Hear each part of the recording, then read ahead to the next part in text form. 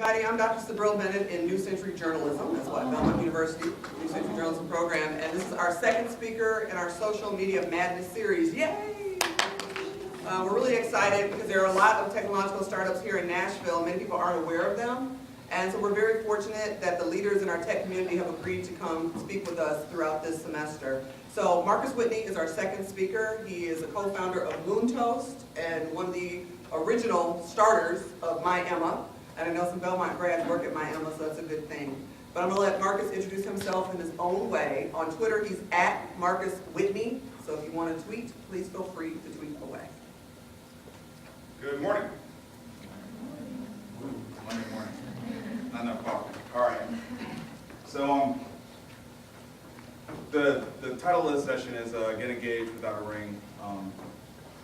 And the number one thing about social media marketing, social networking, etc., is that it's actually about the audience, not necessarily the broadcaster. It's the biggest fundamental change, right? Why do we now have organizations who reach out on Twitter, reach out on Facebook, and are totally invested millions and millions of dollars into command centers to be listening to what people are saying about them? Because now the control is in the people's hands. Right? We all have instant broadcasting machines with us all the time, our cell phones. And so over the last, I'd say 7 years, there's been an industry that's really developed around that, because of course, the brands can't allow themselves to be totally disrupted. They had to learn how to evolve and live in that space. So what my company does is help those brands to live in this new space, to live in a space where the consumers, the people, now have total control over the brand's message. And we've seen a lot of cases where that's actually gone very, very wrong. And so it's now become a really nice marriage of art and science in order to be an effective marketer. And no technology can do it by itself. It's actually about creative people who know how to engage other people. So with that, I want to engage this room just a little bit, and I realize it's Monday morning, and I apologize, and thank you for even coming out. But why are you interested in social media? I mean, I realize most of you are digital natives. You've grown up with this technology, your entire life. But somebody tell me why this is interesting to you. Why are you here on a Monday morning when you grew up with this? You engage with it every single day. Your relationships are totally built on this. Well, why are you here to learn more about it or to be involved in this conversation? And if you don't say something, I will pick on you. Young lady in front. Yeah. I think, well, for me, I want to go into social media training Okay. and for a career. Okay. And I think, one, I'm here for a class, but also I picked this one because I think this will be the most beneficial for my career. And social media just floors me. What can actually be done with it and what people haven't realized can be done with it yet, Yep. I think is absolutely amazing to see. Yep. Yep. Okay. Can I get another perspective on it? Yes. Well, my name is William Jenkins, and I'm an independent filmmaker. Somebody's been doing films for a while. I'm a little bit older than a lot of these students. And one of the things is, with web series and the presence of the internet, I can get my products and my films and my messages out more. But to be very candid with you, I don't know how to do it.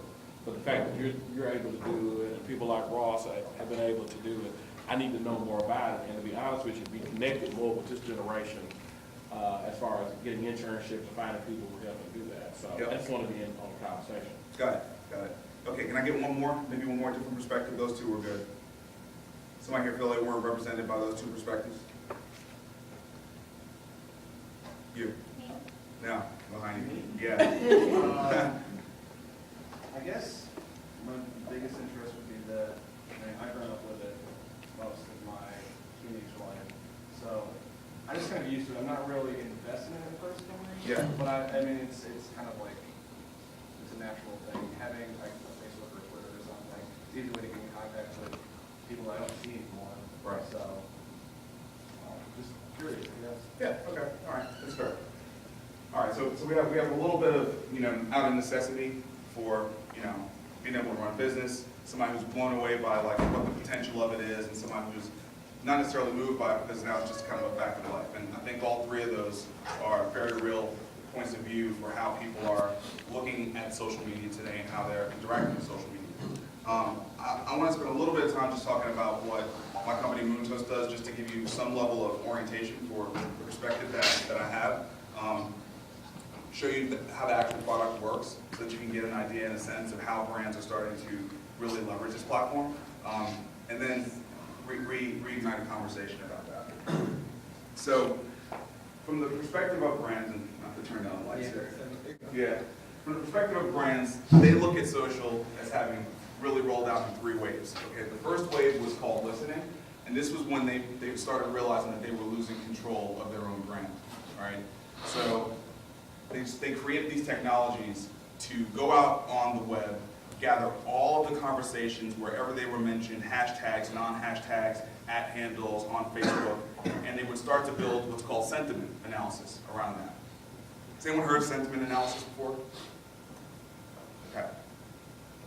Sentiment analysis means to take data that's online, statements that are being said, process it, and determine whether or not the statement is positive or negative, right?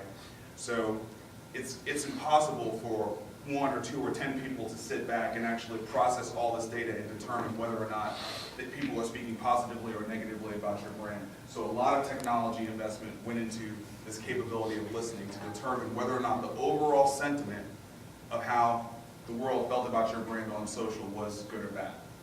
Once the brands got a handle on that, then they moved into publishing.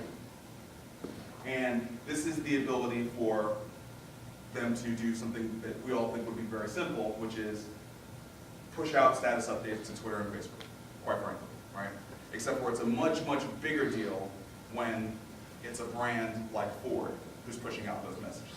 And they have all sorts of people in marketing and legal that need to have oversight into what's going on. They need to have rules, they need to have permissions, they need to have scheduling, they need to coordinate it with multi-million-dollar ad campaigns that are going on at the same time on television and radio and other channels. So it's a really, really big investment to take the ability to push out status updates and also have conversations with a broad base of people for a multi-million-dollar corporation, or billion-dollar corporation. So publishing was the next wave. The wave that we're in right now is called activating, and this is what brands were used to being able to do.